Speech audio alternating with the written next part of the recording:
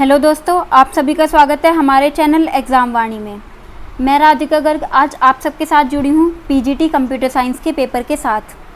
आज हम इस वीडियो में रीजनिंग का पार्ट को डिस्कस करेंगे, तो आप वीडियो को एंड तक ज़रूर देखें।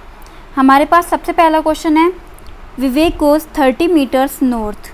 तो हम इसके लिए क्या करेंगे, ये डायग्राम बना लेंगे, ईस्ट वेस्ट नॉर्थ साउथ।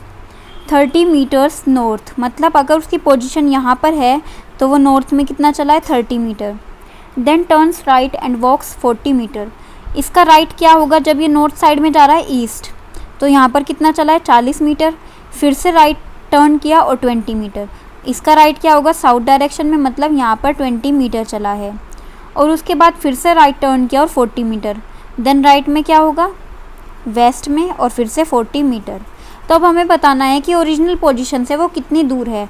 जो ओरिजिनल पोजीशन है वो यहाँ पर है, यहाँ से यहाँ तक ये जो पोजीशन है 30 है, और यहाँ से यहाँ तक की 20 है। तो हम क्या करेंगे, 30 माइनस 20, मतलब यहाँ से यहाँ तक की डिस्टेंस को निकालने के लिए क्या करेंगे, इन दोनों को माइनस कर लेंगे। तो क्या आ जाएगा, 10 मीटर्स। तो वो अपनी ओरिजिनल पोजीशन से कितना दूर है, 10 मीटर। Option number 4।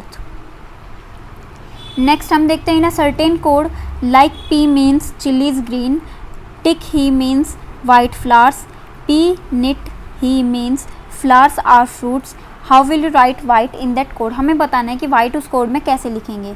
तो हम देख लेते हैं वाइट किस में आया हुआ है, इस वाले में आया हुआ है।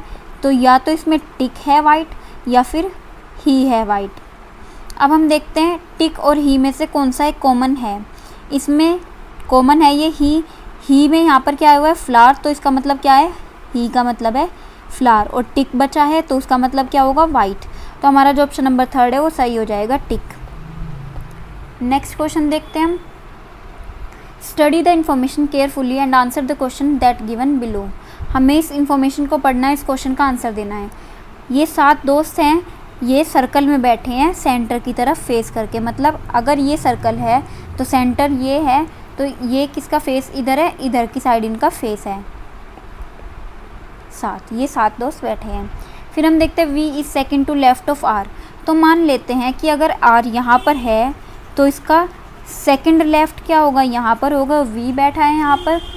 Who is to the immediate left of U, मतलब जो कि U का इमीडिएट लेफ्ट है।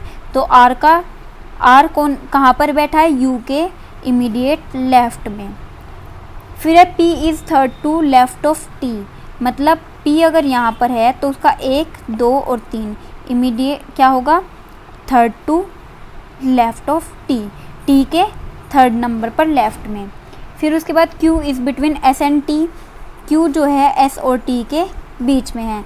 तो वो लोग सब के सब कुछ इस तरीके से बैठे हुए हैं। अब हमें बताना है कि U की पोजीशन क्या है, इस U की पोजीशन क्या है। तो हम देखते हैं fourth to right of S के राइट में फोर्थ,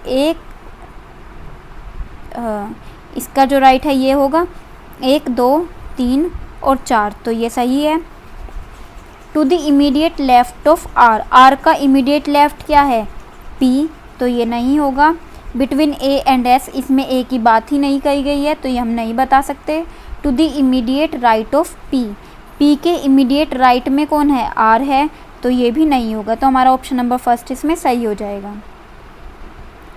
अगला क्वेश्चन देखते हैं, हमें बताना है कि जैसे फर्स्ट और सेकंड टर्म आपस में रिलेटेड है, ऐसे ही थर्ड के लिए फोर्थ टर्म निकालनी है। तो जो सर्जन है वो स्कालपेल का यूज़ करता है, इसी तरीके से जो ऑथर है वो पेन का यूज़ करता है। तो हमारा ऑप्शन नंबर 1 सही हो जाएगा। नेक्स्ट है, find the similar pair for the following. हमें इसके लिए सिमिलर पेयर निकालना है, तो हम इन दोनों के बीच क्या करेंगे, एक रिलेशन ढूंढेंगे। तो हमने क्या देखा कि अगर हम 26 में से माइनस कर दे 1, 25 और इसमें मल्टीप्लाई कर दे 2 की, तो क्या आ जाएगा 50। तो हम इसी तरीके से इन सब पेयर्स को देखेंगे जो ऑप्शंस में दिए हुए हैं। तो जो सेकंड ऑप्शन है, अगर हम इसमें से -1 कर दे, 13 - 1 equals to 12 into 2 equals to 24, तो ये जो रिलेशन है ये फॉलो कर रहा है ऑप्शन नंबर 2। नेक्स्ट क्वेश्चन है हमारे पास, in English alphabet which letter is midway between 22nd letter from the left and 21st letter from the right. तो हमें देखना है 22nd लेटर फ्रॉम लेफ्ट क्या होता है, पहले से, मतलब ABCD जब हम सीधा पढ़ रहे हैं तो उसमें 22nd लेटर क्या होता है, V।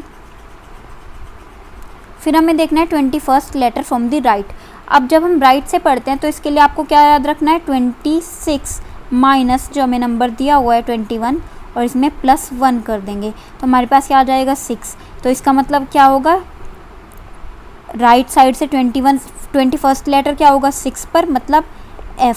अब हमें बताना है कि इन दोनों के बीच का लेटर बताना है, तो इसके लिए हम क्या फॉर्मूला यूज़ करते हैं, 22 + 6/2। तो क्या आ जाएगा यहाँ से 28/2 that is equals to 14। 14th number पर क्या होता है, N। तो हमारा आंसर क्या आ गया, option number 3 N।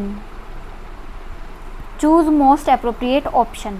You have mild fever, you feel that, आपको हल्का सा बुखार है तो आप क्या फील कर रहे हो, it is necessary to join work just to complete the urgent ones. Option number 3 इसमें सही हो जाएगा। नेक्स्ट है हमारे पास, in the following question there are 2 statement labelled as A and R, choose the correct alternative. हमारे पास A क्या है, assertion telephone wires sag more in summer. जो टेलीफोन के वायर्स हैं वो गर्मियों में क्या हो जाते हैं, ढीले हो जाते हैं। रीज़न क्या दिया हुआ है, they expand due to summer heat, कि वो एक्सपेंड हो जाते हैं गर्मी की वजह से। तो ये क्या है, ये जो A है और R है दोनों ही सही बात हैं।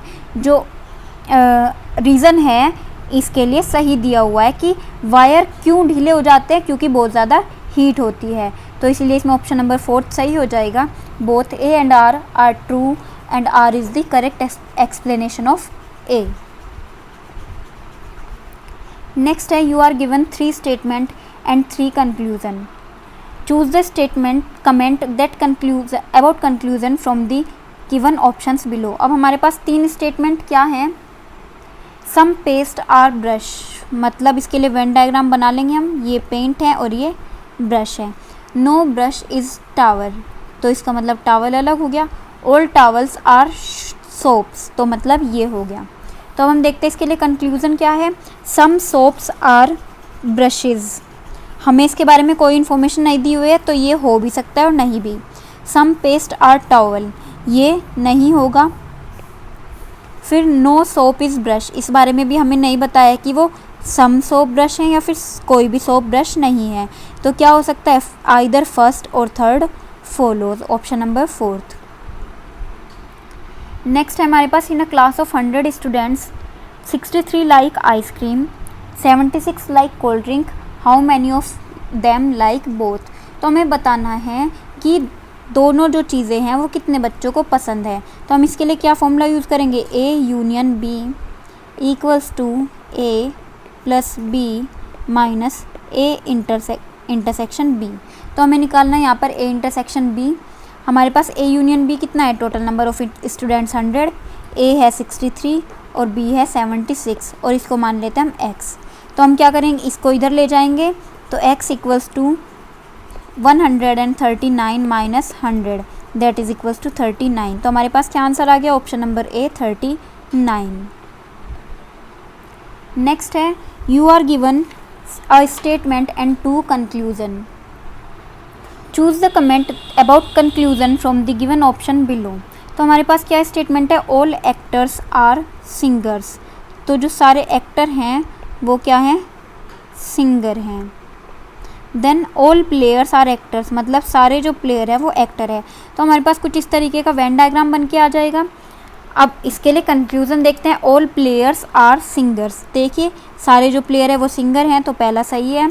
सम एक्टर्स आर प्लेयर, कुछ जो एक्टर हैं वो प्लेयर भी हैं तो ये भी सही है। हमारा ऑप्शन नंबर 4 इसमें सही हो जाएगा।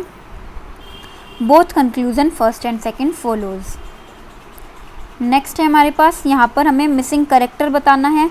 तो हम यहाँ पर कैसे देखेंगे A B P Q, मतलब नेक्स्ट कॉन्जिक्यूटिव टर्म आ रही है LMEF। तो यहाँ पर क्या आएगा W X और ये क्या है GH। तो यहाँ पर क्या आना चाहिए X, option number 4। Next question पर चलते हैं। हमारे पास नेक्स्ट क्वेश्चन है, find the missing number from the following. अब हमें इसमें मिसिंग नंबर बताना है कि यहाँ पर क्या आएगा। तो हम देखते हैं कि ये क्या है, 14 का स्क्वायर है। तो इसी तरीके से ये क्या है, 15 का स्क्वायर है। ये जो 11 है ये इससे पूरी तरीके से डिवाइड कर पा रहा है 154 को, इसी तरीके से ये जो 21 है ये 315 को पूरी तरीके से डिवाइड कर पा रहा है। तो यहाँ पर क्या है, जो इसमें रूल लगा है इस 221 के लिए वही रूल इसमें लगेगा।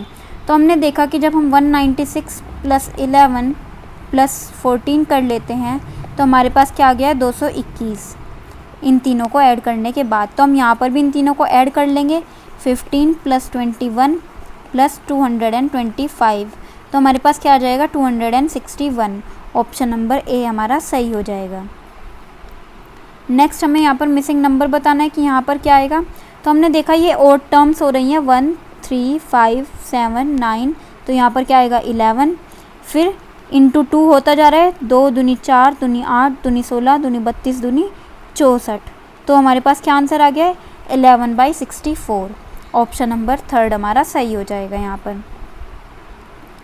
फिर है Japan is related with Tokyo in the same way as France is related to. जो टोक्यो है वो जापान की क्या है, कैपिटल है, तो इसी तरीके से जो पेरिस है वो फ्रांस की कैपिटल है, तो हमारा ऑप्शन नंबर 4 सही हो जाएगा, पेरिस। नेक्स्ट क्वेश्चन पर चलते हैं। Shrinidhi, Bhavya, Chitra, Deepa and Guna are 5 friends. ये 5 दोस्त हैं। Shrinidhi is shorter than Bhavya, तो हम इसको इस तरीके से लिख लेंगे, शॉर्टर देन भव्या मतलब भव्या इससे बड़ी है। बट टोलर देन गुना मतलब क्या है, श्रीनिधि जो है टोलर है गुना से। देन क्या आता है, चित्रा इज़ टोलेस्ट, जो चित्रा है वो तो सबसे लंबी है। Deepa is shorter than Bhavya, जो दीपा है वो छोटी है भव्या से। एंड टोलर देन श्रीनिधि, श्रीनिधि से लेकिन क्या है वो बड़ी है, तो हम इसको यहीं पर ही शो कर देंगे। हमारे पास ये 3 आ गए हैं। फिर इसके बाद आता है हमें क्या बताना है, who has 2% taller and 2% shorter than her, मतलब ये जो 5 दोस्त हैं उनमें से किससे 2 छोटे भी हैं और 2 बड़े भी हैं। तो हम देखते हैं जो दीपा है उससे बड़ा कौन है, श्रीनिधि है। दीपा श्रीनिधि से बड़ी है और गुना से भी बड़ी है। इसी तरीके से जो दीपा है वो छोटी है भव्या से और चित्रा से, क्योंकि चित्रा तो सबसे बड़ी है। तो देखिए दीपा से 2 छोटे भी हैं और 2 बड़े भी हैं, तो हमारा आंसर क्या हो जाएगा, option number 4 Deepa. Next question पर चलते हैं। Pointing to a man, Kavya says this man's son sister is my mother in law. तो क्या कह रही है वो कि वो जो मैन है उसका जो सन है उसकी सिस्टर मतलब इसकी क्या हुई डॉटर, वो क्या है काव्या की मदर इन लॉ। तो हमें बताना है कि जो काव्या के हस्बैंड है वो किस तरीके से इस मैन से रिलेटेड हैं। तो वो इसके क्या हुए, मदर इन लॉ के सन के मतलब फादर, तो क्या हो गए वो इसके ग्रैंड सन हो गए, उसका हस्बैंड। जो मैन है वो इसका क्या हो गया ग्रैंड फादर, और ये क्या हो गया इसका हस्बैंड ग्रैंड सन। तो हमारा ऑप्शन नंबर 4 इसमें सही हो जाएगा, ग्रैंड सन। नेक्स्ट क्वेश्चन है हमारे पास। One morning after sunrise Priya and Neha were standing in a garden with their backs towards each other. तो हम सबसे पहले इसमें ईस्ट वेस्ट नॉर्थ साउथ अपना रख लेते हैं। क्या है, वो दोनों एक दूसरे की जो बैक है वो एक दूसरे की तरफ है, मतलब Priya shadow fell exactly towards left hand side. जो प्रिया है उसकी लेफ्ट हैंड साइड में उसकी जो है शेडो गिर रही है, तो इसका मतलब प्रिया का जो फेस है वो किधर है, नॉर्थ की side. Which direction was Neha facing, तो नेहा क्या होगी, इसकी बैक अगर नॉर्थ साइड में होगी तो इसका जो फेस है वो साउथ साइड में होगा, तो इसका आंसर क्या होगा, option number A south. Next question में थोड़ा एरर है तो हम ये आज डिस्कस नहीं करेंगे, अपने लास्ट क्वेश्चन पर चलते हैं हम। You are given 2 statement first and second, choose the comment about this statement from the given option below. Statement है हमारे पास, the employees of the oldest bank in the country have given an indefinite strike call starting from 4th of the next month. Second statement है, the employees of the central government have withdrawn their week long demonstration. तो ये क्या है, ये जो दोनों हैं ये दोनों ही इफेक्ट है इंडिपेंडेंट कोज के, तो इसमें कौन सा ऑप्शन सही होगा, option number 3, both the statement first and second are effect of independent cause. आज का सेशन हमारा यहीं पर ख़त्म होता है। अगर आपको हमारा वीडियो पसंद आए तो लाइक करें, हमारे चैनल को शेयर करें और सब्सक्राइब करें। Thank you.